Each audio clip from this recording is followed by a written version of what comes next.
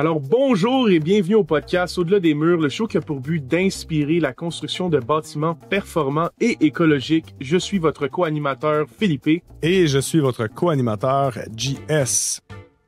Alors aujourd'hui à l'épisode, on reçoit Patrick Goulet d'Énergie solaire Québec, un OSBL qui existe depuis 1983, fondé par deux architectes qui voulaient réellement promouvoir les maisons passives et solaires thermiques. Donc, évidemment, on va faire le tour du sujet au niveau de la production et de l'utilisation de l'énergie solaire dans un contexte de bâtiment au sens large. D'ailleurs, quel est le contexte québécois aujourd'hui au niveau du solaire? Plus spécifiquement, quel est l'enjeu vis-à-vis Hydro-Québec et la perception de la société d'État face au solaire? Un sujet chaud. Aussi, comment arrive-t-on à net zéro ou net zéro ready? Le bâtiment performant, oui, mais la production aussi est essentielle pour y arriver. On va faire un tour d'horizon au niveau de la métrique net zéro, comparativement avec le reste du monde. Évidemment, on va parler cash, combien ça coûte et le retour sur investissement attendu selon Patrick. J'ai bien hâte d'entendre son opinion sur la chose. Pour le segment geek de l'épisode, on va pousser le technique. Comment un système est fait, c'est quoi sa connexion au niveau du réseau, aux batteries, quelle est l'évolution d'efficacité, à quoi s'attendre aujourd'hui au niveau du rendement, quelles sont les applications commerciales, industrielles, l'agrovoltaïsme. Un sujet chaud aujourd'hui que j'ai bien hâte de discuter. Alors, bienvenue Patrick. Ben, merci. Alors, parle-nous donc de toi un peu, M. Goulet. Ben moi, je suis un retraité de Hydro-Québec, au plus bizarre que ça peut paraître. J'ai toujours joué dans le domaine de l'énergie, évidemment. Ma formation, c'est technicien en génie civil, puis j'ai toujours été sur les chantiers. Je suis un gars de chantier, j'aimais beaucoup les chantiers. Alors, j'ai monté dans l'échelle hiérarchique, là, tranquillement, pas vite, là, mais j'ai pas juste travaillé à Hydro, aussi, j'ai travaillé ailleurs. Là. La construction, mais c'est toujours un métier instable. Là. Tu fais un chantier, c'est fini, on s'en va ailleurs. Mais à partir de 90, là, quand je suis rentré, je suis retourné à Hydro parce que j'ai commencé en 81. Puis là, c'était du on et off. Dans la construction de postes, je faisais des chantiers, j'ai travaillé sur toutes sortes de projets. Mais à partir de 90, j'ai jamais quitté Hydro-Québec. 90 jusqu'à ma retraite en 2018.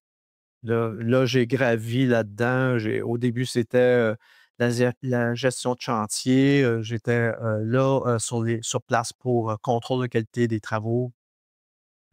Puis négocier des entrepreneurs. Puis, à un moment donné, j'ai rentré au bureau, on m'a offert un poste là, d'estimateur, planification de projet. Alors là, je suis tombé estimateur, toujours dans le domaine du poste. C'est les postes de n'importe quelle tension, en fait. Puis bon, là, j'ai monté là-dedans. Là. À la fin de ma carrière, j'étais devenu spécialiste en validation, estimation, contrôle de coûts de projet. Là, je repassais en revue les estimations des autres personnes. Là. C'était vraiment pour faire du check and balance. Là. C'est pour être certain que ce qui est écrit là, bon, ça fait du sens, puis ça va respecter les coûts, là, si on veut. Là. Mais tu sais, c'est pas évident. Là, quand on travaillait, souvent, on faisait des projets là, qui vont être faits dans 2 ans, 3 ans, 4 ans, voire 5 ans. Fait que l'estimation, ça a ses limites là, sur ce que tu peux faire. Il y a plein de choses qui peuvent se passer en 5 ans. Là. Le coût de l'essence a explosé, l'énergie. Tu sais, il y a toutes sortes de choses qui vont venir influencer. On essaie toujours d'essayer de prévoir. Prévoir, ça, c'est un grand mot. Mais c'était un peu ça, là, la job que j'avais à Hydro-Québec. Tu es président du CA là, en ce moment d'Énergie solaire Québec là, depuis 2017, c'est bien ça? Oui, oui. Tout le monde savait que j'étais sur le point de partir pour la retraite. On m'a demandé, tu sais, ça te tente-tu, Patrick, de prendre la présidence? J'en ai parlé avec ma conjointe, puis là, elle me dit, ah, ben oui, c'est un beau projet de retraite, ça va être le fun, tu sais. Là, ben, c'est le fun encore, là, OK, mais c'est plus une job, je veux dire, c'est plus un projet de retraite, là, c'est une job. Je veux dire, j'ai jamais été autant occupé, là, c'est complètement fou, là. Je participe à des colloques. Là, je passe des entrevues. Hier, j'étais à Cube Radio, la téléjournal, j'ai passé là. Ça n'arrête pas. Le Journal de Montréal, ça finit plus. Là. Puis là, je reçois des demandes de toutes sortes d'affaires. Là. J'ai jamais été aussi occupé. C'est spécial. On est dans un moment spécial là, dans la transition. Là. Puis là, le solaire prend pas mal le plancher, je te dirais, au Québec. Là. Oui, parlant de solaire, là, c'est quoi la mission d'Énergie solaire Québec? Pourquoi ça existe? L'organisation, c'était vraiment d'éduquer les gens là, sur l'économie d'énergie, sur le passif, sur le solaire, tous les avantages de faire ça, puis expliquer clairement c'était quoi, où on est rendu d'un coup. On allait visiter des sites, justement, les excursions solaires. C'est vraiment dans le but d'éduquer les gens et aussi d'aider l'industrie de l'autre côté, dans le sens pour les faire connaître.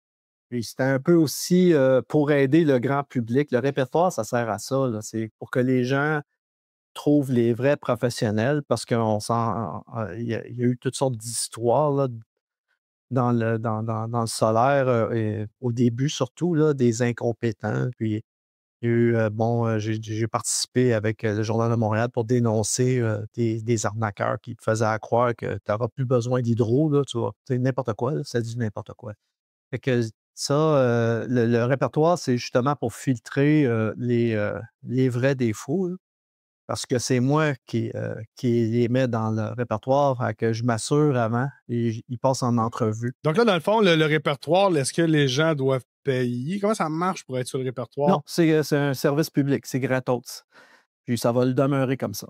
Là, même les installateurs ne payent pas pour l'instant là, à être dedans. Là. Moi, l'idée dans ça, là, c'était de la bâtir avant. Il faut que tu te donnes une crédibilité parce qu'il ne faut pas oublier une chose. Énergie solaire Québec, là, avant moi, là, ben, c'était Benoît Perron. Quand Benoît Perron est décédé, là, ben, ça a quasiment acheté par terre Énergie solaire Québec. Moi, je suis arrivé dans le portrait, personne ne me connaissait. Puis il fallait que je fasse mes preuves. Bon, là, puis quand je suis rentré là, ben, il y a eu la vague d'arnaqueurs, il y a eu toutes sortes de. C'était l'enfer, là. Puis jusqu'à un point où j'étais même plus trop sûr si je voulais continuer à faire ça. Je disais, ouais, pourquoi je fais ça? Là? Bon, je fais ça bénévolement en plus, je ne suis même pas payé. Là. Fait que, je commençais à trouver ça, mais je me suis repris j'ai dit non, non, regarde, je ne me laisserai pas intimider par ces histoires-là. Puis, je suis allé de l'avant. Mais là, j'ai commencé à participer. J'ai été invité à rentrer dans un groupe qu'on intervient en régie de l'énergie. Je disais, ah, ça, c'est important. Ça, il faut intervenir.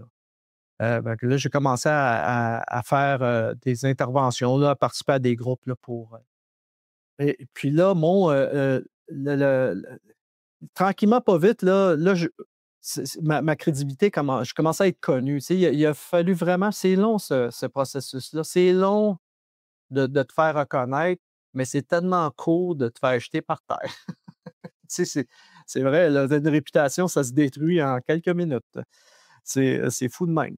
Mais pour que ta réputation elle devienne connue, ça prend des années. C'est pas en quelques mois que ça se fait. Fait que c'est un peu ça que je faisais, que j'ai fait. Puis aujourd'hui, ben, j'ai des demandes maintenant. Les gens veulent être dans le répertoire. Puis le répertoire, je veux qu'il devienne central là, pour tout le monde, puis qu'il soit reconnu par les instances, là, c'est-à-dire Hydro-Québec. Que le monde dise, ben, c'est là que ça se passe. Là. Puis c'est un peu ça que je veux faire. Là, parce que là, c'était le, on va reprendre l'expression dans une autre entrevue, c'était le Far West. Là. Et c'était du n'importe quoi, n'importe où. Là, puis les gens essaient de se retrouver dans ça. Fait que là, au moins, moi, j'ai fait la recherche au préalable de chaque installateur. Je suis allé vérifier à l'OPC, l'Office de protection des consommateurs. Y a-t-il des plaintes contre cette personne-là? Oui, non. RBQ licence. Bon, j'allais partout où je pouvais voir, m'assurer que, bon, ça, c'était correct. Je faisais un peu de recherche, là, faire voir s'il y avait des plaintes, n'importe quoi. Là. Quand tu vois, bon, OK, ça a l'air bien correct, là, je ne garantis pas le travail. Là, ouais, c'est ça. Là, je vais le passer sur le grill. Je lui demandais ça fait combien de temps. Puis. Fait que là, moi, bout de la ligne, là, je ne veux pas garantir l'ouvrage là, de la personne, OK? On s'entend, là, puis ça ne garantit pas de sa compétence non plus, mais au moins, je sais que la personne est honnête, là, tu sais, que, bon, elle est correcte, là. C'est un peu ça l'idée, là. Parce que, tu sais, je ne veux pas laisser glisser là, des vrais arnaqueurs là-dedans, là. Puis quand ça va décoller pour le vrai, ils vont réapparaître, ce monde-là, c'est assez clair, là. Ouais, c'est un très bon répertoire. J'ai un projet, justement, qui est en voie d'être le premier net zéro rénovation là, à Sainte-Agathe. Puis justement, on regardait avec mon client, c'est basé 100% sur ta liste. Tu sais, je dis, c'est très, très, très généreux. Tu te dis, c'est tout gratuit. Écoute, ça a filtré des heures et des heures de travail. Puis c'est du filtrage que monsieur, madame, tout le monde n'a pas besoin de faire parce que ça a déjà été fait. Fait que bravo pour ça. Maintenant, parlons un peu plus du contexte là, du solaire au Québec aujourd'hui, là. Ça ressemble à quoi? Tu disais que c'était le Far Far West, c'est toujours le cas? Québec, normalement, quand on parle de bâtiments performants, on est comme un peu à part. C'est-tu la même affaire pour le solaire? Tu sais? Québec versus les autres provinces au Canada, Ontario? Oui, c'est sûr que le Québec, on est les enfants pauvres du solaire, là, c'est assez clair. Là. Ailleurs, partout au Canada, ça va vite, tu sais, ça bouge rapidement. Et ici, on tarde là, pour vraiment aider, supporter le déploiement du solaire. Là. Bon, là, bonne nouvelle, là, on a un 300 mégawatts en appel d'offres là, qui s'en vient. Là, ça va être à la fin de l'année, au début de l'année, là, que l'appel d'offres. Mais encore, là, 300 mégawatts, c'est des peanuts, là. Puis, si on regarde le projet de règlement, là, les mises en service, là, c'est fait en deux tranches, là, les appels d'offres. Je pense que le premier, c'est 100, puis le deuxième, c'est 200 mégawatts là, de mémoire. Là. Puis, les mises en service, c'est loin, là. On parle de, je pense que c'est 2029 pour la première, puis la deuxième, c'est 2031, une affaire comme ça. Tu sais, c'est comme, pourquoi? C'est quoi, là, tu sais, je la comprends pas, celle-là, parce qu'un projet, là, un parc solaire moyen, là, d'une dimension probablement de 30-40 mégawatts, quelque chose du genre, là, ben, c'est 2 ans, là, c'est 24 mois, grosso modo, là, c'est-à-dire à partir du moment zéro jusqu'à la mise en service. Là-dedans, tu as eu le processus d'appel d'offres. Tu sais, c'est à peu près ça. Là, le gouvernement, le MEIE, ils nous ont tous sollicité pour qu'on émette nos commentaires sur cet appel d'offres-là. Moi, c'est pas mon créneau, là, soit dit en passant. Là, OK, cet appel d'offres-là, c'est fait pour les parcs. Ça, c'est les autres joueurs. Ça, c'est la gang de la QPER, OK, c'est Boralex, Synergex, toute cette gang-là, des gros joueurs. Moi, je suis dans le bâtiment, l'installation solaire. Ça peut être aussi des petits parcs, là, 1 mégawatt, 2 mégawatts, là, peut-être jusqu'à 5, là, ça joue là-dedans. Là. Mais les gros parcs, là, c'est vraiment un autre groupe, c'est un autre game là, complètement. Là. Mais là, tout le monde est un peu pas satisfait pour le délai. Là. Tu sais, on est tous pareils. Là. C'est comme, ben, même moi, tu sais, je ne suis pas vraiment dans ce créneau-là, mais je dis, ben, c'est bien trop long. Pourquoi on fait ça long de même? Ça n'a pas de bon sens. Là. Puis en plus, ils veulent mêler, là, c'est là qu'on intervient, nous, Énergie solaire Québec, c'est qu'ils veulent mêler les parcs sur les grands bâtiments, genre un centre d'achat, un entrepôt, une usine, tu sais, qui est tout gros toit plat, là, que tu peux mettre une couple de mégawatts là-dessus. Mais là, ça avec, ils veulent mettre ça en appel d'offres. Là, nous autres, on est wow, attends, non, ça n'a pas d'affaire là. Premièrement, les coûts sur ces bâtiments-là c'est pas les mêmes que faire un parc solaire sur un terrain en quelque part. On ne parle pas de la même chose. Là. C'est mettre en compétition deux affaires qui ne devraient pas être en compétition. Fait que là, moi, tu sais, nous autres, on préconise de séparer ça de l'appel d'offres. C'est-à-dire, les bâtiments, ça devrait être un programme. Ça devrait être pas du tout des appels d'offres, mais tu fais juste présenter ton projet à Hydro-Québec, puis là, ils le regardent. Ouais, on peut le brancher sur le circuit, puis let's go, on va aller de l'avant. L'avantage de ça, c'est que tu n'as pas de perte de temps comparativement à faire un parc qui est dans un champ n'importe où, là, parce que tu n'as pas de BAP, ou très peu, là. Parce que là, tu es sur un toit d'édifice, il n'y a personne qui voit ça, ça ne dérange à rien de la nature. Tu sais, zéro une barre, là, il n'y a rien. Tu fais juste foutre ça sur le toit. Fait que, c'est fast track. Là, avec un processus comme il est là en ce moment, mais là, ça ralentit encore la pénétration du solaire parce que là, on est obligé de rentrer dans la machine à saucisses du processus d'appel d'offres pour des toits. Tu sais, ça ne marche pas, ça. Là. Fait que nous autres, c'est ça qu'on recommande là, au gouvernement, c'est retirer tout ce qui est parc sur toit, là, sur toiture, sur bâtiment, sur n'importe quoi, là, complètement retirer ça, puis faire un programme. Là. En Nouvelle-Écosse, là, ils ont, je regardais, là, ils viennent de sortir ça, là, ça s'appelle Solar Garden, Community Solar Garden. OK? Puis eux, leur objectif, c'est d'instaurer 100 mégawatts de solaire en Nouvelle-Écosse. Puis, ils font ça d'une autre manière complètement. L'approche est totalement à l'opposé de ce qu'on fait ici. Là. C'est-à-dire qu'il n'y a pas d'appel d'offres, pas de processus d'appel d'offres. Tu peux faire ton projet, le minimum qui doit être en fait de puissance, c'est 500 kilowatts, le maximum, c'est 10 mégawatts. Fait que là, tu as tout ce range-là pour présenter ton projet. Puis c'est tout sur Internet. Il y a un beau site, là, il explique tout le processus, comment faire. Oui, tu vas avoir, il faut que tu respectes des trucs environnementaux. Oui, tu dois avoir l'acceptabilité sociale. Tout est là. Mais tu n'as pas de processus d'appel d'offres. Ça, là, c'est un gros chunk là, de délai que tu enlèves complètement. Tu n'as pas besoin de faire ça. Là, ben, tu présentes ton projet. Là, ils vont regarder. Toi, tu vas te brancher sur tel circuit. Ils vont voir. Oui, OK, on peut le faire. Parfait, fine, let's go. Go. Puis, l'autre chose qui est dans ce programme-là, que j'ai trouvé vraiment intelligent, c'est les gens qui habitent dans des appartements, là, des condos, qui ne peuvent pas faire le solaire, OK? Qui ne peuvent pas. Là. Ils n'ont pas de maison, là, ils sont dans des appartements. Bien, eux, là, ils peuvent participer au programme, c'est-à-dire que là, il va y avoir un parc communautaire en quelque part qui va se faire. Puis là, tu peux dire, ben moi, j'aimerais ça être partenaire là-dedans.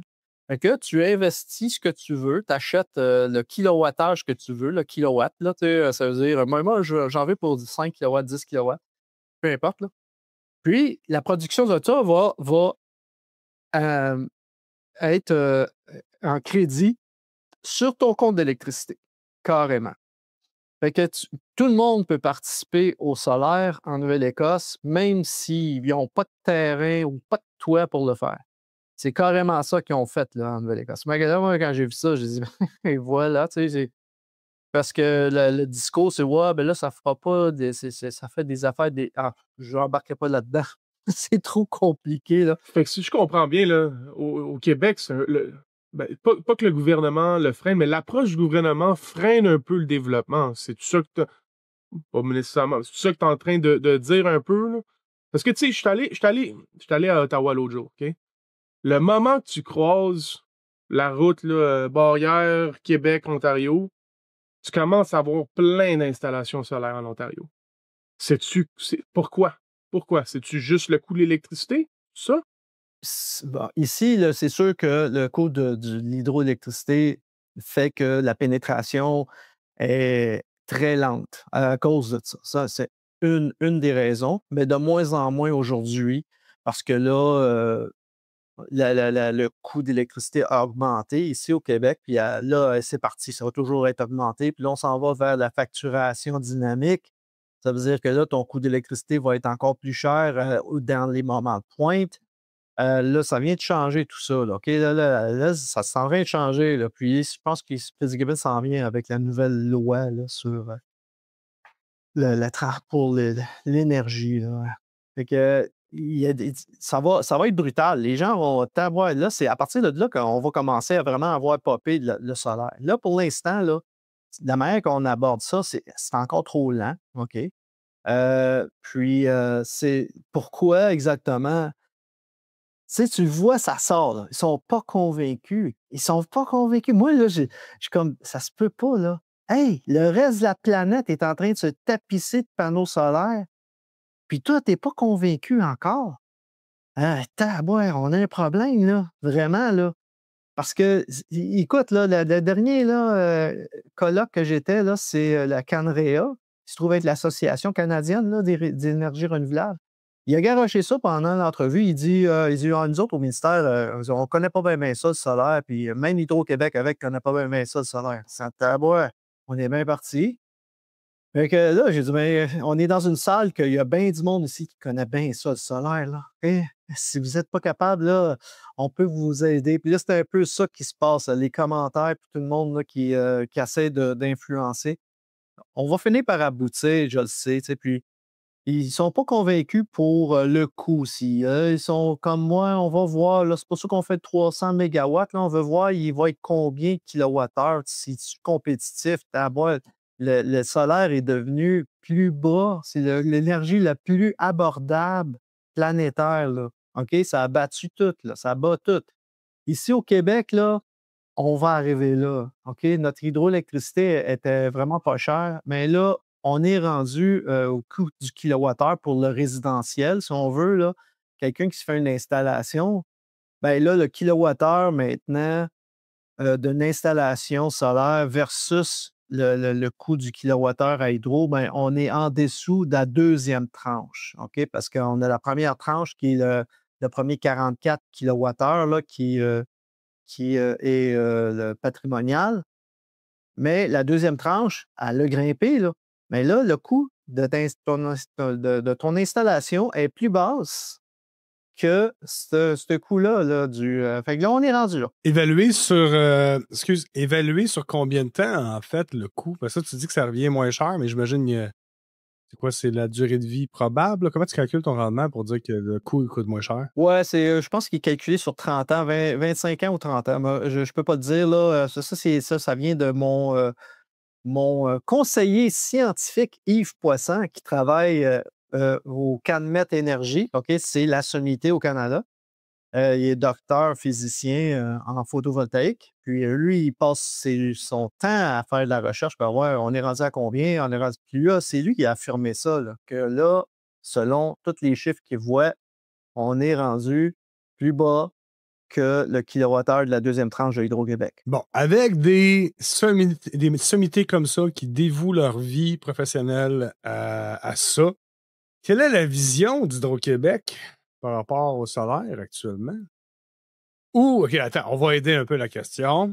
Oui, on va aller vers le solaire, mais on va englober toutes les énergies renouvelables.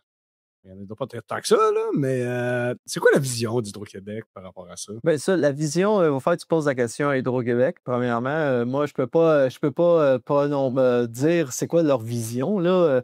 Ce que je peux te dire, par contre, c'est qu'ils sont encore timides. Là, ils sont en train d'ouvrir, là, OK, sur toutes les. Parce que, regarde, on va revenir un peu dans l'histoire. Là. Les premières éoliennes, ils ont 25 ans. Là.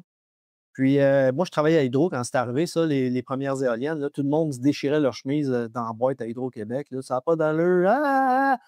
On payait 15 cents du kilowattheure, puis bang, bang, let's go. Moi, j'étais, ben non, il faut faire ça. Là. J'ai dit, c'est des technologies émergentes. Là. C'est normal que ça coûte cher au début, mais si on ne fait rien, ben, on n'apprendra pas. OK? Fait que, moi, je suis d'accord. Je suis d'accord avec ça. J'étais pour ça. Puis bon, aujourd'hui, ben, on est rendu quoi, à 6 cents du kilowattheure, je crois, la production éolienne. C'est compétitif là, avec l'hydroélectricité. Là. Écoute, la Romaine, le dernier projet qu'on a fait, ben, bon, soi-disant, là, c'est 6,4 cents du kilowattheure qui sort ça, c'est sans le transport.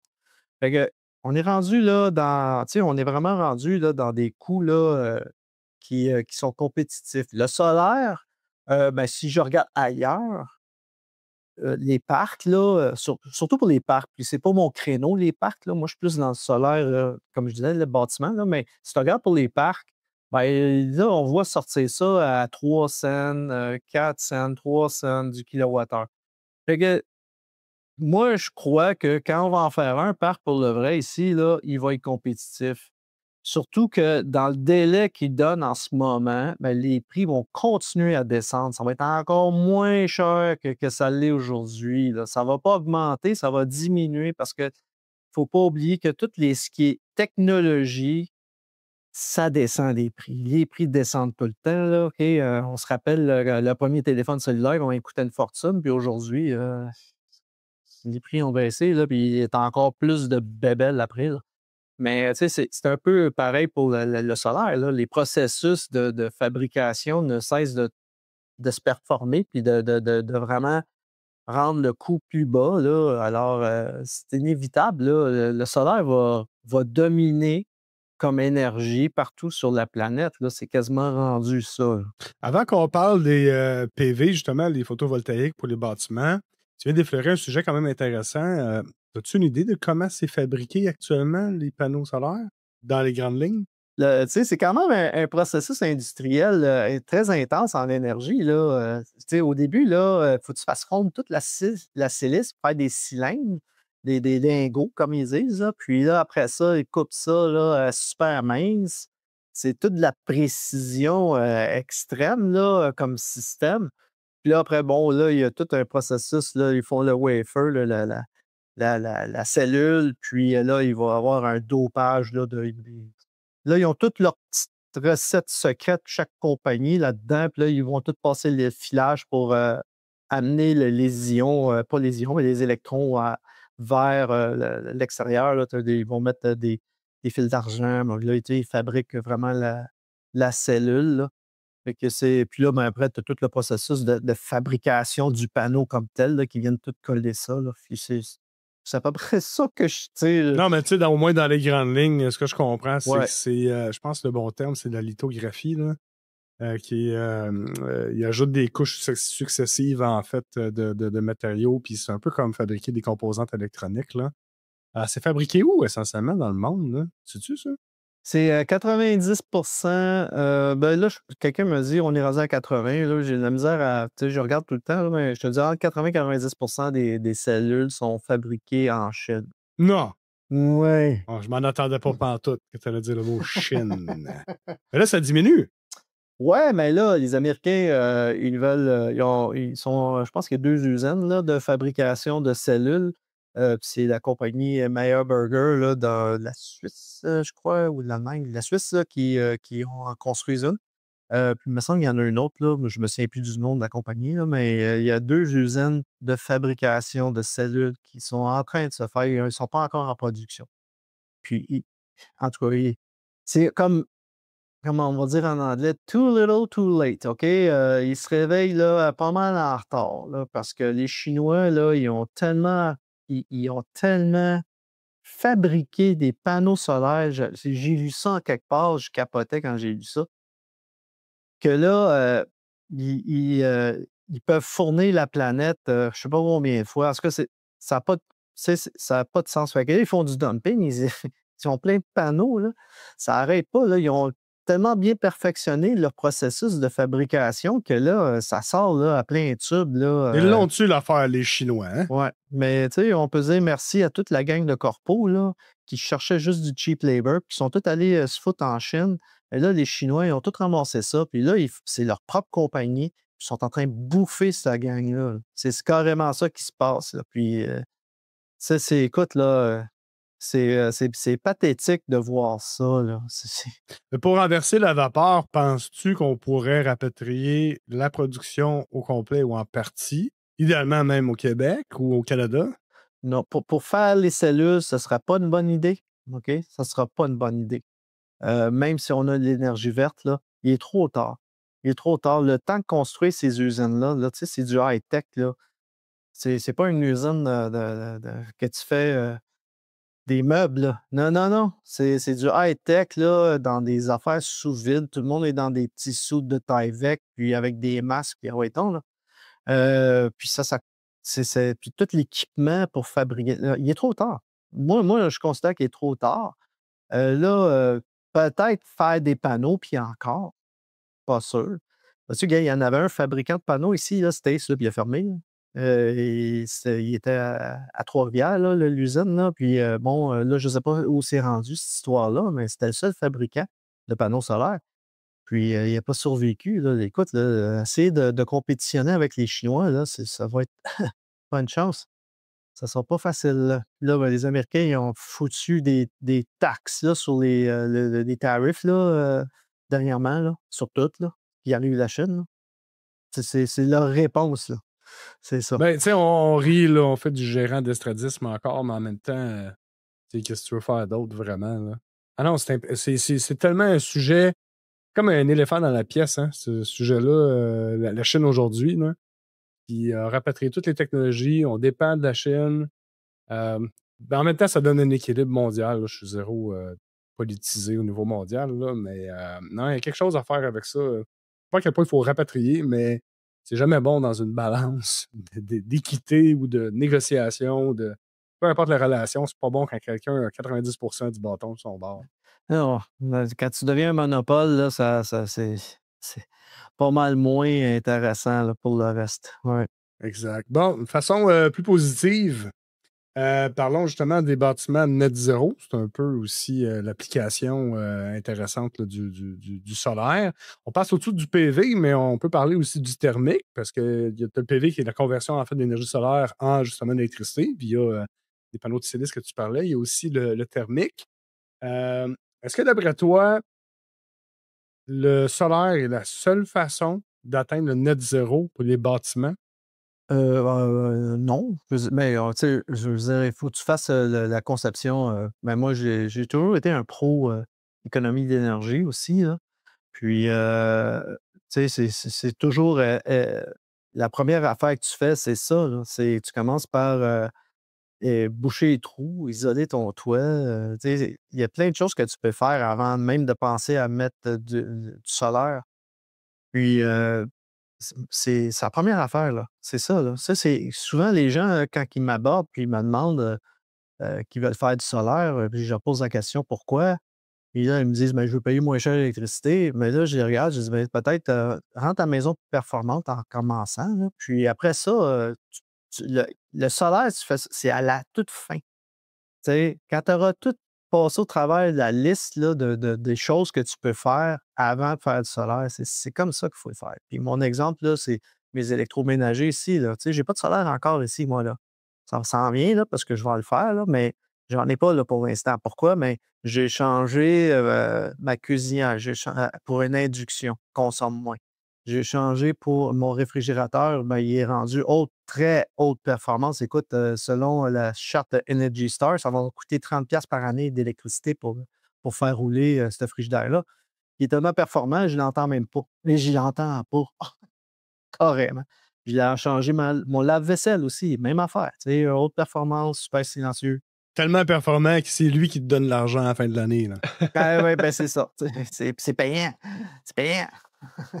Mais tu sais, c'est des choses comme ça qu'il faut faire avant de se lancer dans des grosses dépenses. Parce que c'est quand même assez coûteux, le solaire. Là, même si les prix descendent, là, ça demeure un gros investissement quand même. Fait que, tu sais, rends ta maison performante. Regarde partout. Tu peux change toute lumière pour des LED. Fais tout ce qu'il faut. Là. Ça, c'est des choses que tu peux faire toi-même. Tu n'es pas obligé de passer par un professionnel. Ça fait que, c'est pas si cher que ça. Tu as des subventions pour certaines choses. Tant mieux, profite-en. Fait que, tu sais, toutes ces choses-là, il faut faire avant. Là, parce que ce que j'aime dire tout le temps aux gens, quand ils me disent ben là, je veux pas payer trop cher de l'hydro. L'hydro, c'est rendu trop cher. Là, je pars à rire. J'ai dit, on est les moins chers en Amérique du Nord, monsieur ou madame. Là, comme, arrêtez de dire que ça coûte trop cher. Là, le problème, c'est que peut-être que vous consommez trop ou bien votre maison n'est pas performante. Il est là le problème. Tu sais, commence pas à me dire que ça coûte trop cher à Hydro-Québec, là. OK? C'est pas ça pantoute, là. Puis, l'autre chose, il leur dit, ben, c'est pareil comme si vous me dites que votre véhicule consomme trop, puis vous ajoutez une deuxième tank à gaz dedans Ben oui, mais on sait que c'est ça la solution. pour régler le problème. Écoute, c'est sûr que c'est la réponse, c'est pas qu'on voulait entendre, mais écoute, c'est la réponse c'est sûr qu'on partage la même pensée, là. On a un podcast du bâtiment performant. C'est la façon la plus chère. On dit toujours le négawatt, là, c'est l'énergie qu'on consomme pas. Tu sais, pour les auditeurs, là, net zero ready. Écoute, moi, j'ai un projet qui est net zero ready. Qu'est-ce que ça veut dire? OK? Premièrement, j'ai pas de production d'énergie. Ready, ça veut dire que j'ai pas de production, mais j'ai démontré que j'avais l'espace pour faire de la production d'énergie et pouvoir offsetter euh, ma consommation énergétique sur une base annuelle. Sur qu'on garde ça sur une base annuelle. C'est-à-dire que, premièrement, j'ai dû aller réduire ma consommation énergétique dans mon projet. C'est environ 80% de la réduction d'énergétique. Mais pour atteindre le net zéro, dans un contexte résidentiel, il faut faire de la production d'énergie. Je crois que c'était pas mal ça la question de JS, là. Puis je crois que solution résidentielle, puis disons-le un peu plus dans un contexte un peu plus urbain, ben écoute, la production d'énergie, il y a pas mal juste le solaire qu'on peut aller mettre, là. On peut aller mettre une éolienne aussi dans un contexte urbain, là, peut-être un peu plus dans un contexte dans un contexte un peu plus de campagne. On est capable d'aller peut-être mettre de l'éolien, mais le solaire demeure la meilleure technologie pour faire la production. Mais seulement après qu'on ait vraiment réduit les charges initialement. Fait que ça, c'est très, très, très important. Euh, Puis parle-nous comment ça marche un peu, là. Quand tu installes, au niveau technique, là, euh, quand tu installes des panneaux solaires, OK? C'est sûr que tu t'en produis tu produis beaucoup pendant la journée, pendant la nuit, tu en produis moins. C'est pour ça qu'on dit net zéro sur une base annuelle. Comment ça marche avec Hydro-Québec, ça? Tu leur vends ton énergie? On parlait de net metering. Puis comment ça se passe un peu plus aussi à d'autres places dans le monde? Bon, au Québec, bon, c'est le mesurage net. Le mesurage net, c'est 1 kilowatt injecté, c'est 1 kilowatt crédité. C'est 1 pour 1. C'est comme ça que ça fonctionne. Puis tu peux mettre en banque pendant 2 ans tes kilowatts que tu n'as pas encore consommés. Puis au bout de 2 ans, mais le cadran, il revient à zéro. Tu es perds. C'est comme ça que ça fonctionne. Il y a d'autres juridictions, c'est 1 an. C'est même pas 2 ans, c'est 1 an pour le mesurage net. Fait que là, quand tu fais une installation solaire chez vous, OK, il y en a, là, tu sais, des fois, là, je pars à rire, là, faut que je me retienne, là. Mais c'est parce qu'il y en a, des fois, ils veulent faire comme un parc solaire sur leur toit, là, tu sais. Puis là, je suis comme, t'as pas besoin de toute cette production-là. Ils disent, ouais, mais là, moi, je vais en vendre, je vais en vendre. Je dis, non, tu vends rien, là, c'est un crédit. Puis là, mais de toute façon, tu vas le perdre parce que tu ne seras jamais capable de bouffer tout ce que tu produis. Ça ne marchera pas, ton affaire. Ça va te coûter trop cher. Puis tu vas perdre un paquet de kilowattheures que tu aurais pu consommer à la place. Fait que, tu sais, quand tu fais une installation solaire sur une maison, c'est l'équilibre, là. Tu regardes ta maison, comment elle consomme. Là, tu mets, OK, ben, je vais avoir besoin de tout ça pour couvrir ma consommation. Tu sais, puis là, ben, tu vas arriver avec une installation plus raisonnable. Puis là, ben, c'est sûr que parfois, il y a des moments, là, surtout l'été, là, que tu vas moins consommer, tu vas produire plus, puis là, tu vas injecter beaucoup. Ben, là, tu as un choix rendu là, là. Tu peux ajouter des batteries dans ton installation. Là, ça fait grimper le prix, évidemment, là, mais si tu veux, parce qu'il y en a, là, c'est je veux rien donner à Hydro-Québec. Il y en a, là, ils ont cette attitude-là maintenant. Je veux rien donner à Hydro-Québec, je veux tout la garder à moi. Fait que là, je m'achète des batteries, let's go, on met ça. Fait que là, ma consommation elle reste chez nous. Puis moi, c'est ce que je trouve le plus logique là, dans cette installation-là, c'est consomme toute ta production. Injecte-la pas, là, OK? L Nous autres, on n'est pas dans une situation comme en Allemagne, là, où les Allemands, eux, ils veulent vraiment faire un virage. Fait que là, ils ouvrent les vannes, ils achètent. Tu sais, tu peux faire de l'argent avec si tu veux. Tu reçois. Ben, c'est un autre contexte, là. Ici, on n'est pas là. On n'est pas dans ce contexte-là. Fait que c'est plutôt là, garde-la chez vous, consomme-la. Tu sais, puis Hydro-Québec va être content de ça. D'ailleurs, oui et non, là, dans le sens où ça ne sera pas un paquet d'injections qui arrive de tous les bords, de tous les côtés, là, dans son réseau. Ça va rester dans les maisons, mais ça fait moins de vente d'électricité en quelque part pour eux. Mais là, regarde, ils vont toujours en vendre de l'électricité. C'est le modèle économique, la manière qui est bâti, là, qu'il va falloir tout revoir, là, repenser. Là. Il faut arrêter de continuer business as usual. Là. OK, là, il y a une nouvelle façon de produire, puis les gens peuvent produire leur propre énergie en partie. Mais là, le modèle, il va faire qu'il change au complet, là. On ne peut pas continuer comme c'est là en ce moment. C'est correct le mesurage net en ce moment. Moi, je suis très à l'aise avec ça, le mesurage net, là. Il y en a d'autres qui aimeraient vendre leur électricité, là. Moi, je suis pas un pro. Pour les parcs, ces choses-là, c'est correct, là, OK? Ou une usine qui a un parc sur toi, ça, c'est correct. Mais pour le résidentiel, là, ben, je vends de l'électricité, ouais, mais moi, je suis pas un pro comme ça. Moi, je suis plus mesurage net, garde-la chez vous, consomme-la toute.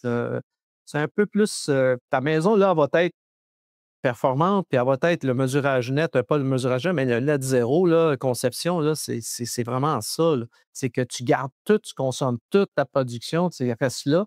Fait que là, tu ne te trouves pas à en tirer tant que ça à Hydro-Québec. Là. Tu gardes l'équilibre. Là. Donc, en date d'aujourd'hui, en 2024, si je résume ce que tu viens de dire, c'est qu'on est mieux de faire un bâtiment ultra performant avec toutes les pratiques qu'on connaît, là, l'étanchéité, bonne fenestration, bonne isolation, diminution des ponts thermiques. L'énergie non requise à utiliser est la meilleure, dans le fond, à économiser en réalité, c'est celle que tu n'utilises pas. En deuxième temps, ce serait quasiment être, pas nécessairement totalement off-grid, mais ta première source d'énergie devrait être ta propre production que tu emmagasines dans des batteries, qui normalement ne devrait pas être si élevé que ça si tu as vraiment fait un bâtiment performant ou rénové, parce que ça, il y a beaucoup de mégawatts cachés dans la rénovation. C'est super important. On l'apprend depuis 2 ans dans le podcast. Donc, finalement, un bon bâtiment performant, une attitude, mais une conception un peu off-grid. Puis à la limite, tu te gardes quand même une connexion avec pas avec Internet, là, oui, ça c'est important, mais avec Hydro-Québec en cas de pépin quelconque. Fait qu'Hydro-Québec, pour une maison performante, devrait être un backup. Ouais. C'est faisable aujourd'hui? Ben, on est presque. Ben, on approche. Je dirais pas qu'on est presque rendu là parce qu'on est encore bien d'ouvrage, les maisons, tu sais, le parc immobilier au Québec, on s'entend, là, c'est pas performant pour pantoute, là. Et puis, quand j'ai discuté avec Daniel Perrault là, de Énergie 3R, il il dit, il y a juste 2 affaires qu'on a besoin de faire. C'est isoler les toits puis boucher les trous. Tu sais, puis déjà, là, on va avoir des gros gains à faire ça au Québec parce que on s'entend, là, les vieilles maisons comme la mienne ici, là, mon duplex, là, ben, c'est 1959. Là. Tu sais, c'est l'isolation, là, j'ai pas touché à ça encore. Là. Puis, isoler mon toit, là, c'est un toit plat. C'est compliqué, OK? C'est compliqué, puis c'est coûteux. Puis en plus, le fait de parce qu'il y a un ingénieur, ben, ça donne un exemple un peu là, de les contraintes, là, OK? Parce que là, on dit: «On va tout isoler, toi, attends une minute, wow, time out». Parce que moi, j'ai fait des gros travaux de réno ici, là. Et j'ai enlevé un mur porteur, j'ai remplacé ça par une poutrelle, la colonne, puis là, j'ai fait venir un ingénieur en structure, il a tout regardé ça, tu sais. Puis là, à un moment donné, j'y ai parlé, j'ai dit: «OK, à un moment donné, moi, je vais isoler mon toit aussi». Là, il me regarde: Ah ben là, attends une minute, là. Là, c'est parce qu'à Montréal, les toits plats, à cause de la charge morte, la neige, OK, ben là, c'est tant je ne sais plus c'était combien du pied carré, là. Là, il me dit, ben, le fait d'être isolé, là, la neige ne fond plus. Parce que les toits pas isolés, la neige fond. Fait que tu te trouves à pas, accumuler de la neige sur ton toit, fait que tu as pas la charge. OK? Fait que là, il dit: «La neige s'accumule». Et là, si la neige s'accumule, tu grimpes la charge, ton toit là, de cette conception-là, de cette grosseur-là, ben là, il va falloir, renforcer le toit. Il va falloir, ajouter, grossir la colonne qui est là, ajouter une poutrelle ici. Là, j'ai dit: «Tabarnak, ben, attends une minute là. Là, c'est quoi que tu me dis là?» «Ouais, ben oui, ouais, ouais, ouais. À fond, OK? À fond, elle isole pas, là, parce que moi, là, à fond, c'est ça qui se passe. Parce que je pisse la chaleur par en haut. C'est pas compliqué, là. Fait que là, tu te dis: «Ah, tabarouette, je l'avais pas vu celle-là, mais là, il a raison en tabarnouche». Tu peux pas, isoler un toit plat de ces époques-là sans renforcer la structure parce que, si tout a été calculé en conséquence, là, dans ce temps-là, à plus ou moins, là. Mais aujourd'hui, on est dans une autre affaire, là. Là, tout le monde check tout, là. Puis il a raison, là. Il a carrément raison. Même si on est dans le changement climatique, il va y avoir de moins en moins de neige, là, mais on s'entend, là, s'il y a une grosse tempête, ça peut arriver dans un climat extrême, là, puis qu'on se ramasse avec 60 centimètres, puis là, ton toit est isolé.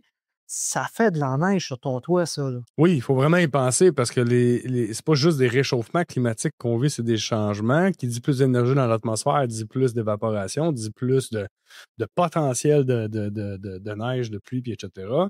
Fait que dans le contexte, quand c'est arrivé, ça, tu te dis, ah, ben, je vais isoler ma toiture. Puis là, il te dit, non, non, attends, là, il y a un potentiel coût de ta perspective de de consommateur de la rénovation là, à ce moment-là? Est-ce que vous avez regardé un peu les coûts ensemble? Puis, c'était quoi, mettons, du surcoût pour vouloir être performant? Ben, regarde, moi, je suis de formation, j'ai une civile. Fait que, tu sais, je suis capable de faire pas mal toute la job au complet. D'ailleurs, c'est moi qui l'ai tout fait ici, la job, là, OK? Il n'y a pas un entrepreneur qui est rentré ici, là. J'ai tout fait la job. Bon, l'isolation du toit, ça, c'est pas mal plus ardu. Il y a différentes techniques que je regarde. Là, je suis comme, ah, il me faut tout saigner du nez à tous les fois que j'y regarde. Là. Puis là, puis c'est pas mal plus touché comme travail. Là. Tu sais, tu peux isoler sur le dessus que j'aime moins, là, directement refaire sur le toit, refaire après ça l'imperméabilisation là, par-dessus. Celle-là, ben, celle-là, je la trouve moins performante. Sinon, après ça, ben, là, tu tombes avec ouvrir le toit par en haut, puis là, rentrer, mettre l'isolation comme ça. Sinon, ben, là, c'est par en l'intérieur ici, puis injecter là, voyons, je sais plus, Cellulose. la cellulose, exact, merci. Injecter de la cellulose. Ben, c'est toutes des interventions assez coûteuses et qui fait bien du dégât. Puis après ça, j'ai la structure à changer. Là. Pour la structure comme telle, à l'époque, il m'avait dit quoi faire exactement. Là. C'était pas si pire. OK? C'était pas si pire. Mais quelqu'un. Puis là, on peut pas me prendre en exemple, OK? Parce que j'en ferais beaucoup là, de ce job-là. Mais quelqu'un qui est pas capable, là, tu sais, ben là, on tombe dans des gros montants. Je ne peux pas te dire un montant, là, mais on tombe dans des gros montants. Puis les subventions offertes pour isoler, là, ben, ça ne couvre pas tant que ça. Là, OK? On s'entend, là. Tu sais, ça va. Puis en plus, là, des histoires que j'entends à propos de ça, les entrepreneurs, quand ils apprennent que tu as la subvention, ils grimpent le prix. Ben ça, tu sais, écoute, je sais pas, là. C'est des histoires que j'entends, là. Ben, tu sais, là où il y a des hommes, il y a de l'hommerie, là. Perso, je fais pas ça, mais ça m'étonne pas, là. Je veux dire, t'as commencé en disant ça. T'as fait un ménage des arnaqueurs dans le photovoltaïque, puis je le vois tellement, là. Ouais, t'auras plus besoin d'électricité avec tes photovoltaïques. J'ai vu ça dans les thermopompes, là. Ah ouais, t'as plus besoin de chauffage électrique. Ah non, il y en a eu Ouais. C'est sûr. Il faut prendre tout ça avec un grain de sel. Exactement. Fait que, tu sais, cette situation-là, ça sera pas évident, là, parce que les toits plats à Montréal, là, des constructions des années 40, 50, 30, là, il y en a plein, là. Puis, c'est une évaluation structurelle à tous les fois parce qu'il faut que tu évalues là, la charge sur. Puis là, il faut que tu saches c'est quoi qu'il y a dans c'est quoi qu'il y a dans le plafond. Là? C'est des quoi? Des 2 par 8, 2 par 10? C'est quoi des. Eh boy! Tu sais, moi. Moi, je vais rajouter mon petit point là-dedans. Là. Moi, je me spécialise dans ça. Des rénovations de bâtiments très, disons, centenaires ou plus. Là, OK? Chaque bâtiment, il faut qu'on le regarde. On ne peut pas regarder. Il n'y a pas de solution one size fits all. Ça, c'est le principe clé des rétrofits, c'est que faut que tu agglomères ça avec quelque chose. Disons, là, tu me parlais, il y a plusieurs façons de le faire. Tu peux faire un toit thermos, tu peux le garder à un toit ventilé, les toits plats comme ça. Ça dépend de ton bâtiment existant. Ça dépend de son état. Ça dépend, disons, de ta toiture. Comme tu dis, si ta toiture est déjà à refaire, ben écoute, ça va peut-être être mieux de le refaire par en haut ou par en bas. Fait que faut jamais. Tu vas prendre une solution one size fits all. Il y a toujours une façon, il y a toujours une solution qui est toujours plus propice au bâtiment en question. Puis ça, c'est ce qu'on fait. C'est ce que je fais au jour le jour. Tu sais, le client vient me voir, ben, OK, j'ai ce bâtiment-là, je veux faire ça. Ben, c'est peut-être pas la meilleure solution pour ton bâtiment. OK? Fait que c'est important de regarder tout ça. Maintenant, j'aimerais poser une petite question avant qu'on passe un peu plus à le futur du photovoltaïque ou disons, l'innovation dans le photovoltaïque. Juste voir, tu sais, Hydro-Québec, récemment, avec son programme Logivert, subventionne très, très fortement le géothermique. OK? Ce qui est intéressant. Je ne sais pas pourquoi ils ont décidé que géothermique, c'était l'avenir qu'ils voulaient aller, mais ça a créé un énorme essor dans le marché. La demande était très, très forte parce qu'honnêtement, la subvention aussi est très, très haute. Puis, disons, le marché québécois là, géothermique était zéro prêt pour ça. J'ai quelques projets qui veulent installer du géothermique. Puis, écoute, le monde sont occupés maintenant, déjà bookés un an et demi à l'avance. Là, c'est fou.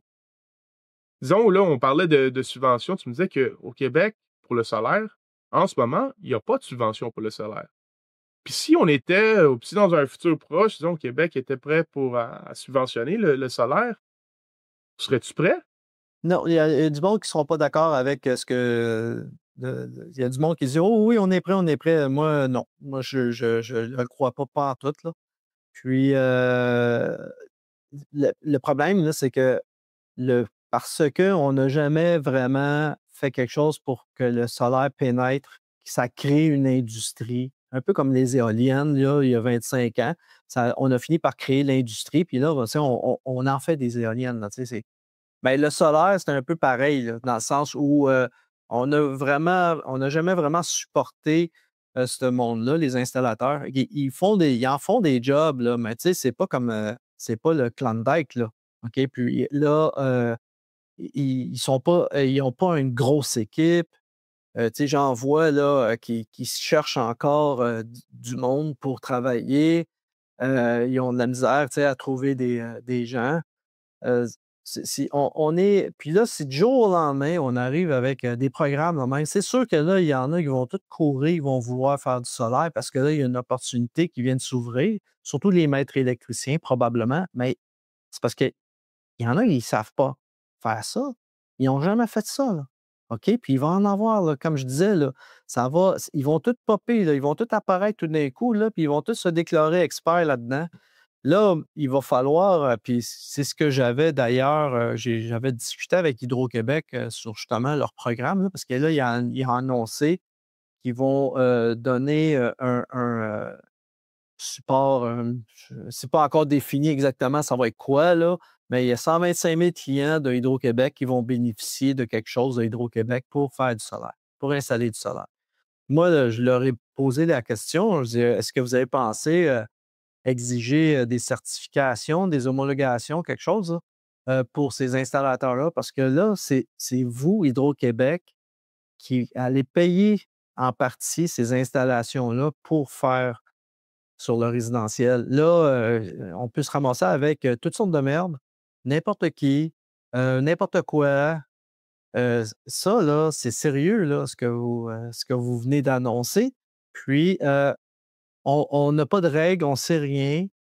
Il va falloir, se préparer à ça. Puis moi, je leur ai dit, là, j'ai dit, on n'est pas prêt, là. Je veux dire, si c'était demain, là, ça va mal aller. Ça va être vraiment, ça ira pas bien. Il y en a qui sont bons, là, OK? Dans mon répertoire, il y en a qui en font, qui font professionnels.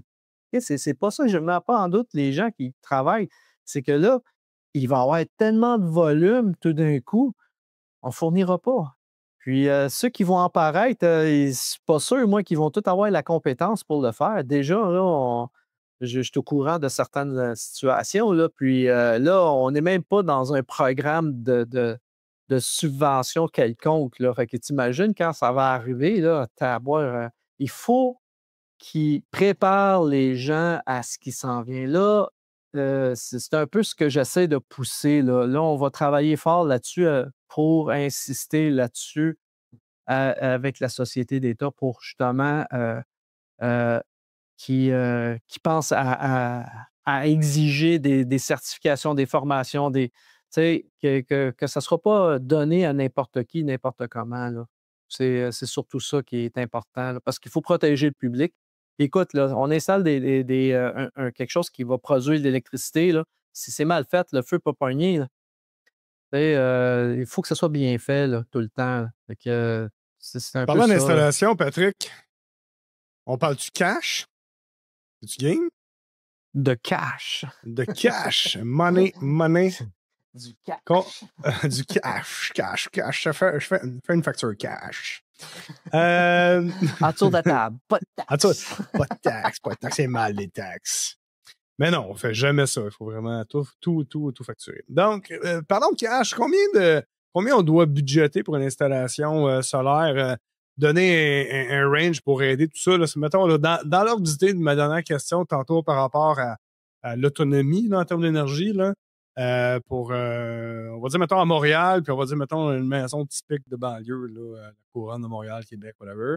Combien qu'on doit budgéter pour se dire, OK, là, ça a du sens, considérant qu'on va faire des améliorations de performance du bâtiment, là, combien qu'on devrait se budgéter? Ça, là, c'est pareil que me demander combien ça coûte un char. Ben, c'est ça. Combien ça coûte, Patrick? Comment? C'est budget. Et ouais, parce que premièrement, c'est la grosseur de la maison, comment tu consommes, il y a tellement de choses à regarder, des paramètres, là, tu sais, c'est énorme, là. Tu sais, ça peut te coûter 10, 15 000, 20 000, ça peut aller jusqu'à 40 000, 50 000. Je peux pas te dire un budget, là. C'est impossible pour moi là, d'arriver et de dire un budget. Ce que je peux te dire, c'est qu'en moyenne, OK, selon les stats de Hydro-Québec, là, concernant le mesurage net, j'ai les stats, là. La moyenne, là, c'est entre 4 et 5 kilowatts. C'est entre 4 et 5 kilowatts les installations dans le résidentiel. Alors, si tu te dis, OK, entre 15 et ça veut dire à peu près entre 12 000 et 15 000 là, ça va jouer là-dedans. Ça va jouer dans ce range-là de coût. Ça, c'est pas de batterie, par contre. Pas de batterie. Grosso modo, 3 000 du kilowatt. 3 piastres. Ouais, 3 000 du kilowatt, ouais. Ouais, ça, là, c'est une règle du pouce, là, rapide, Ouais, OK? Tu sais, c'est pour te donner une idée, là, dans quoi tu vas jouer, là. Parce que si tu regardes, tu commences à gratter un peu, là, ben, tu peux avoir ça moins cher, tout dépendant des régions, OK? Moi, j'ai vu des prix vraiment pas chers, là. Alors, ben, tu sais, je veux pas donner ça comme chiffre, là. Je dis toujours, là, regarde, 3 piastres, pouf, le watt, 3 piastres le watt. Ben, c'est ça, tu sais, c'est une règle du pouce. Puis, ça, on parle souvent, on demande souvent cette question-là, moi, j'ai ça quand on me la demande de même sans avoir fait un projet, mettons, dans le cadre de mécanique, là. Il y a toujours des éléments qui vont faire varier plein de choses. Mais tu es capable de dire, au moins, avec un budget de même, j'ai une base. Je peux m'aligner vers ça. Évidemment, il y a le contexte, il y a la structure, j'imagine, il y a comme l'implantation. Les Ouais. batteries, évidemment, ça va varier. Puis, probablement que les batteries vont dropper avec le temps. Oui, ben, les prix descendent, là, ils continuent à descendre, les prix des batteries, là, mais là, avec l'affaire de Biden, les États-Unis, là, ils ont collé parce que là, encore là, les batteries sont pas mal toutes faites en Chine. Mais Ah, non, arrête, c'est pas vrai, ça. ouais. Fait que ça vient jouer un peu dans ton budget, ça aussi, là. Ouais, effectivement. Fait que, tu sais, à 3 piastres du watt, à quelque chose, plus les batteries. Puis ça, c'est supposé durer 25-30 ans. En fait, un panneau solaire, la longévité des panneaux solaires, là, c'est au-delà du 30 ans, là. Parce qu'il y avait un bon article là, qui célébrait le 40e anniversaire d'un petit parc de 10 kilowatts sur un toit d'université en Suisse. Puis là, ils ont commencé à checker chaque panneau, la performance où il était rendu. Il y en a qui étaient à 60 il y en a qui étaient à 80 euh, Fait que puis ça, c'est de la vieille technologie, là. Il y a 40 ans, là, les cellules, ils étaient pas mal plus épaisses, OK? Puis la technologie, la recherche, tout le développement a tellement évolué en 40 ans.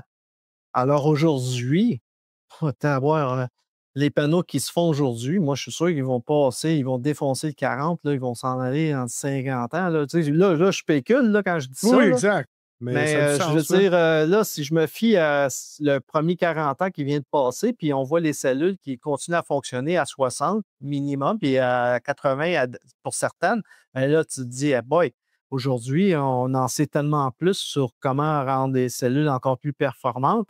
Ben, j'ai comme l'impression que ton panneau solaire va durer longtemps. Exact. Fait que c'est encore mieux pour ton retour sur investissement. Ben oui. Rapidement, mettons, une liste d'épicerie, c'est quoi un système de panneaux photovoltaïques? Évidemment, tu as la cellule, tu as le panneau en soi, tu as probablement une structure que tu as besoin de le tenir. Le racking, ouais. Le racking, ouais, c'est ça. Le Tu as besoin racking. évidemment du câblage électrique pour amener ça à ton C'est ça. panneau. Tu as Un besoin d'un ondulateur. Un onduleur.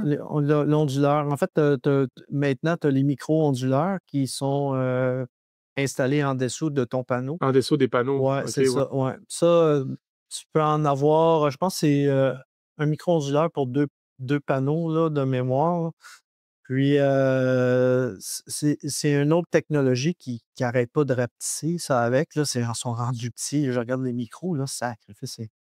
Puis là, ben, ce qui est le fun, c'est que là, tu peux voir toute la performance de chaque panneau. Hmm. Parce que là, c'est tout avec avec ton téléphone. Là, tu sais, tu peux vraiment encore plus détailler la performance. Il y a d'autres coûts aussi cachés. J'aimerais ça le mentionner. Disons, panneau solaire installé sur une toit.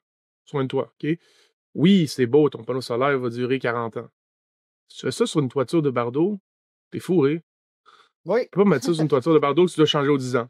Fait qu'un coût caché, Ouais. pas que c'est mauvais, parce que c'est un win-win. T'as besoin d'une toiture qui va durer aussi longtemps que ton panneau. Fait que des fois, on parle de toiture, tu sais, une toiture métallique, une toiture qui est plus durable. Oui, c'est un coût caché, c'est un coût qui se up-cost dans un projet. Mais à la fin aussi, tu vas pas devoir changer ta toiture à chaque 15 ans. Là, Pourquoi le bardeau, faut que tu le remplaces avec le photovoltaïque? Ben, c'est juste que le bardeau, il a passé sa vie utile. Là, tu sais. Mais c'est sûr qu'il va moins user le fait d'être en dessous des bardeaux parce que là, il n'est pas exposé au soleil. c'est sûr. OK? Il y a quand même ça là, qu'il faut le regarder. Mais moi, j'ai fait une estimation. Là. J'ai parlé avec des installateurs. Tu sais, supposons que j'ai un, un 10 kW, là, ou entre 5 et 10 kW là, sur un toit là, donné. Puis là, je dois refaire justement mes bardeaux. Là. Tu charges combien pour tu sais, enlever et remettre? Parce que c'est ça. Là. Oui, exact. Ben, tu sais, ça représente quelques milliers de dollars. Là. Tu vas pas là, tu vas pas aller courir là, pour faire un gros prêt. Là. Ça va pas te coûter là, 10 000 là. OK? C'est juste défaire des panneaux, les débrancher, les descendre, enlever le racking, puis après ça, les gars, ils viennent faire le toit, puis là, après ça, tu remets ça là-dessus, puis c'est fini, là. Fait que, tu sais, c'est pas là, c'est pas très intense comme travail, là. OK? Puis ils peuvent facilement faire ça dans une journée, là. Si c'est pas trop gros, puis il n'y a pas trop de contraintes physiques, là, ça se fait, là. Fait que, tu sais, c'est pas un coût qui est énorme, là. Ton coût énorme, là, c'est quand tu vas changer tes onduleurs. Puis encore là, je dis un coût énorme parce que l'électronique, comme je disais, ça n'arrête pas de descendre de coût. Tu sais, ça descend. Parce qu'un onduleur, tu changes ça aux 15 ans. Fait que si ton installation, là, au bout de 15 ans, là, tu l'as encore tout, l'onduleur, il va probablement défaillir ou tu sais, lâcher, peu importe. Là, ben, tu vas le changer. Et un onduleur, c'est assez coûteux. Là. C'est la composante la plus chère là, dans ton installation solaire. Là. C'est quand même assez cher. Mais encore là, aujourd'hui, oui, mais dans 15 ans, ça va être quoi? Là?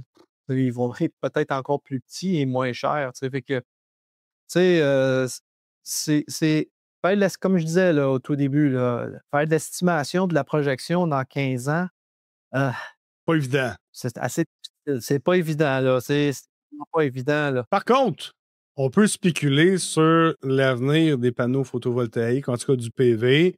Par exemple, dans le Building Integrated Photovoltaic, là, le BIP, c'est ça, le BIP? Ouais. Il y a des vitres qui intègrent des cellules photovoltaïques. Il y a même des revêtements extérieurs. Même la peinture. Il y a de la peinture. Il y a de la peinture photovoltaïque. Ils roulent ça, là, puis ça génère. Tu sais.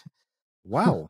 Ça se bloque tout seul. Là. Tu sais, tu y parles. Là, c'est comme avec ton lave-vaisselle qui te rembourse à la fin de la journée parce Comment qu'il ils est se lavé. raccordent Là. après ça? Je me suis jamais vraiment arrêté, mais tu sais, j'avais vu dans une vidéo quelconque, là, ils montraient ça, qu'ils avaient fait une peinture. C'est pas au performant, là, ça ne donne pas du 20 de rendement, là, OK, on s'entend, là. Mais ils l'ont fait pareil, là. Ils mettent ça sur un film, là, ils viennent coller ça, là, je pense que ça donne 10 une affaire comme ça. Là. Quand même, c'est quand même là. Quoi d'autre? Là? C'est quoi l'avenir, mais en fait, du solaire, là, selon toi? Le perovskite, ça, c'est le Saint Graal. C'est le Saint Graal. De quoi? Le perovskite. Le perovskite, c'est une matière que j'appelle tablette. C'est qu'elle est disponible, facilement disponible, beaucoup moins chère. Elle donne des très bonnes performances. Là. J'ai vu jusqu'à 33 je pense, de rendement, une affaire comme ça. Le problème de la perovskite, c'est sa longévité. Et sa durée de vie est beaucoup moins longue et elle résiste très mal à l'humidité. Là, mais tous les laboratoires de recherche du monde font de la grande. Ils cherchent là, de trouver le saint graal de la perovskite, d'arriver avec la bonne formule, le bon mélange. On voit ça là, un peu partout. Il y a même un laboratoire ici, la compagnie s'appelle Watt by Watt, là, qui développe, là, j'avais visité, là, qui développe aussi. Eux, ils font des petites cellules solaires à perovskite, mais pour plus dans le côté commercial pour des applications. Donner un exemple, là, des applications genre. Tu sais, quand tu vas dans les Walmart, là, n'importe quel magasin, OK, bon, là, maintenant, là, tu vois de plus en plus l'affiche des prix là, est numérisée. Tu sais, c'est allumé, puis ils font juste programmer ça, puis ça change au lieu de mettre des étiquettes. Bon, mais ça a besoin d'être alimenté, ça. OK? Et là, ben, avec le perovskite, la beauté du perovskite, c'est que ça produit même avec la lumière artificielle. Fait que là, si tu mets là, des petits panneaux comme ça qui coûtent vraiment pas cher à tous les petits tags là, comme ça, bien, ça va toujours être alimenté par la lumière du magasin, carrément. Puis, ils vont tout le temps avoir une alimentation. Ils n'auront pas besoin de batterie, pas besoin de filage, rien. Ils vont l'alimenter. Fait que ça, c'est une des applications dans cette technologie-là des perovskites. Fait que, tu sais, il y en a d'autres, là, même prendre les cellules, pas les cellules, mais les serrures d'hôtel. Tu sais, c'est des batteries, ça, là-dedans. Là. Tu sais, là, tu mets la carte, là, c'est toutes des batteries. Mais ça, il faut qu'ils échangent. Puis ils jettent les batteries, il y a d'autres batteries. OK, il faut qu'ils échangent. Là. C'est une fois par année ou je ne sais pas trop la durée de vie, là. Peu importe. Là. Mais là, si tu mets un petit perovskite comme ça, ben, il va l'alimenter tout le temps. Oui, parce que ça devient comme un transfert d'électricité. C'est l'électricité Wi-Fi, là, finalement. Hey, on y arrive. C'est l'électricité Wi-Fi. Ouais, ben ça, c'est. Ouais, mais l'électricité Wi-Fi, c'est Tesla qui avait commencé ça, cette histoire-là.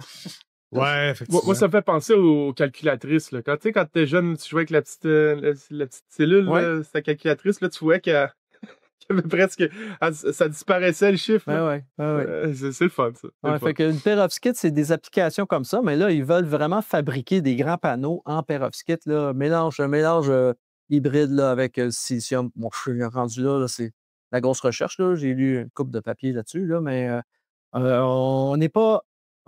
Ça s'en vient. Là, le jour qu'ils vont réussir à faire un panneau de durée de vie comme les autres panneaux avec du perovskite, là, on va tomber dans des performances de 30 là, quelque chose du genre. Là. Hey, watch out, là. Là, c'est comme. Là, on vient de tomber dans une autre dimension. C'est fascinant. C'est fascinant que les découvertes n'arrêtent jamais. Tu peux juste continuer toujours, puis on apprend, puis on découvre de nouvelles affaires, puis après ça, c'est l'innovation, c'est un peu de la création aussi, là. On trouve de nouvelles affaires. Avant de terminer le podcast, l'agrovoltaïsme, les applications de parcs plus industriels ou commerciales, on en est où là-dedans, mettons? Là? Bon, l'agrivoltaïsme, moi, je m'intéresse à ça parce que je trouve que c'est une belle technique pour répondre aux opposants, OK, si on veut, là, ou les inquiétudes. Je dirais pas les opposants, je dirais plutôt les inquiétudes pour les agriculteurs, parce que là, bon, les terres agricoles, c'est important. Là, on a le choix de faire des parcs solaires sur les terres agricoles, manger des électrons ou bien manger de la vraie bouffe. Là, c'est un peu ça. Là.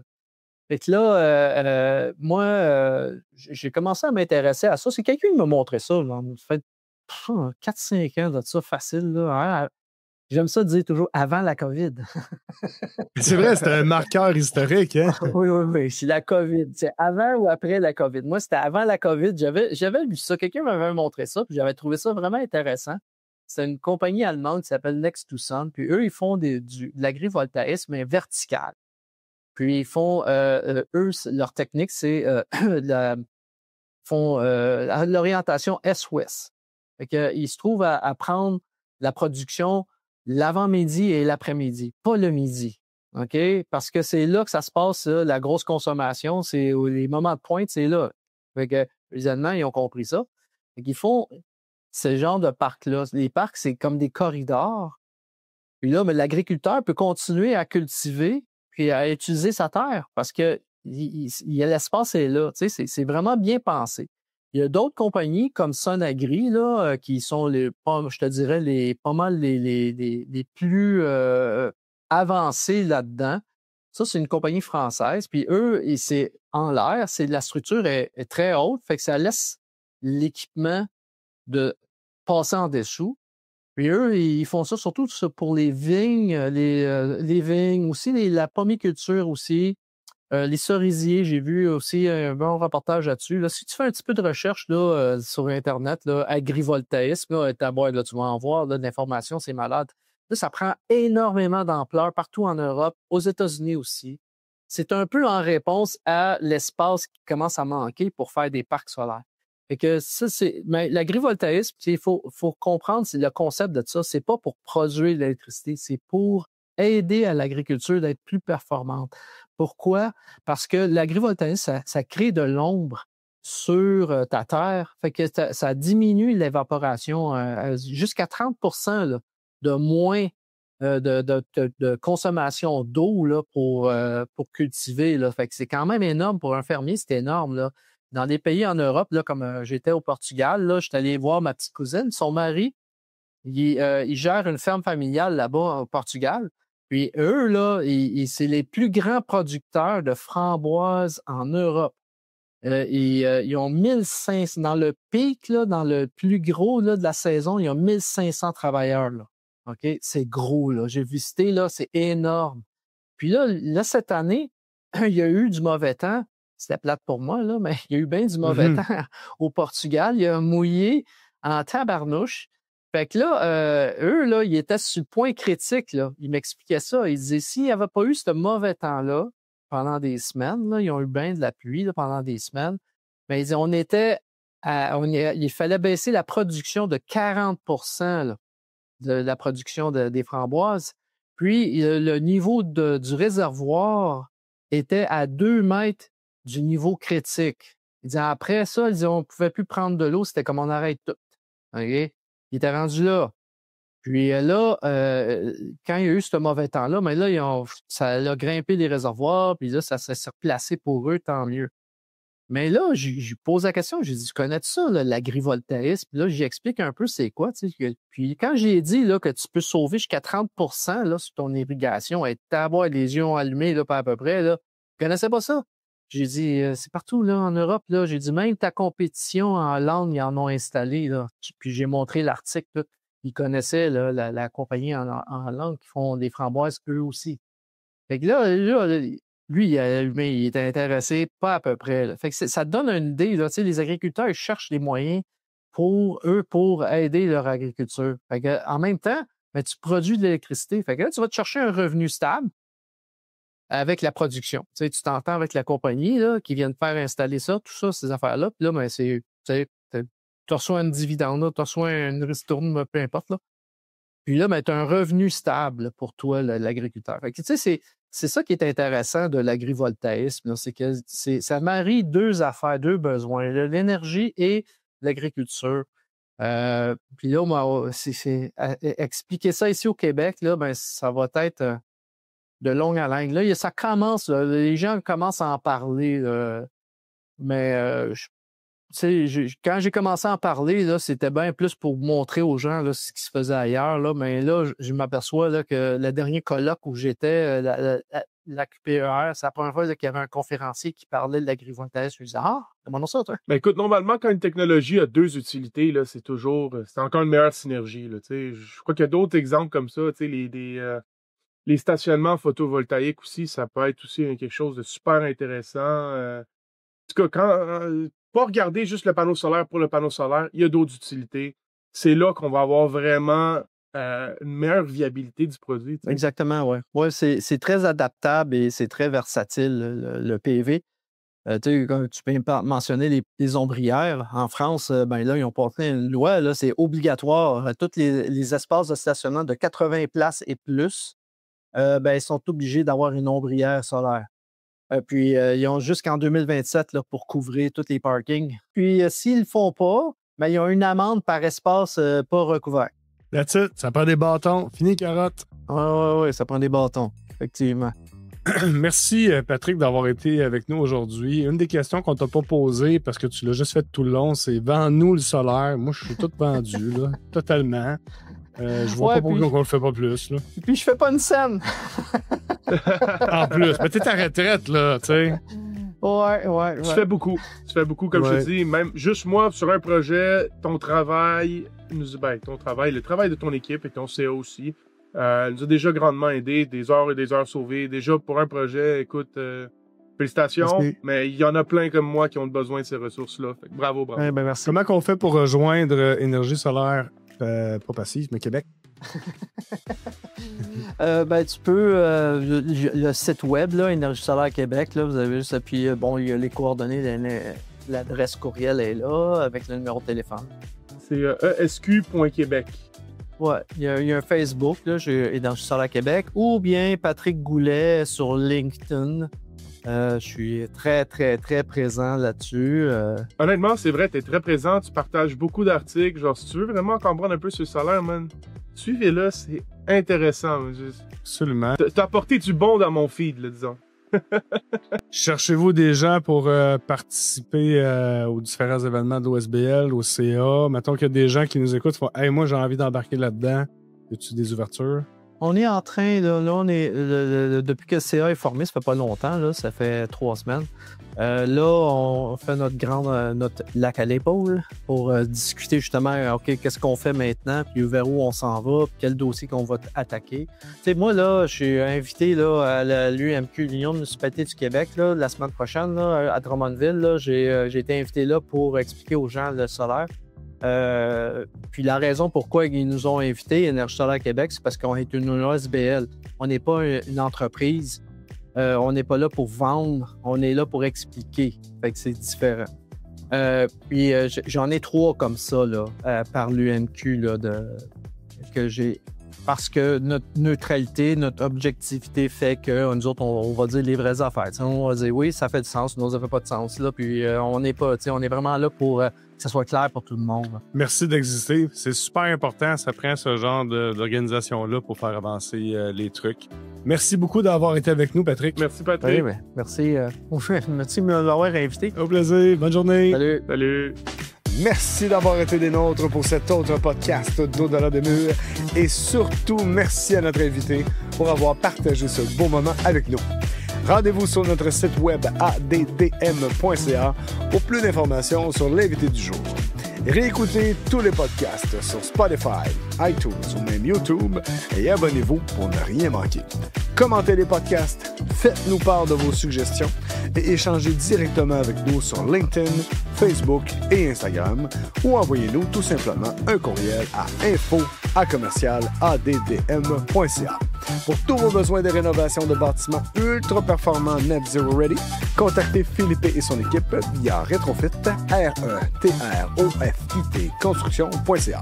Pour des matériaux de construction les plus performants et en stock pour vos projets de bâtiments durables, contactez GoPassif au www.gopassif.com et faites-vous livrer partout au Québec. Merci encore une fois et à la prochaine!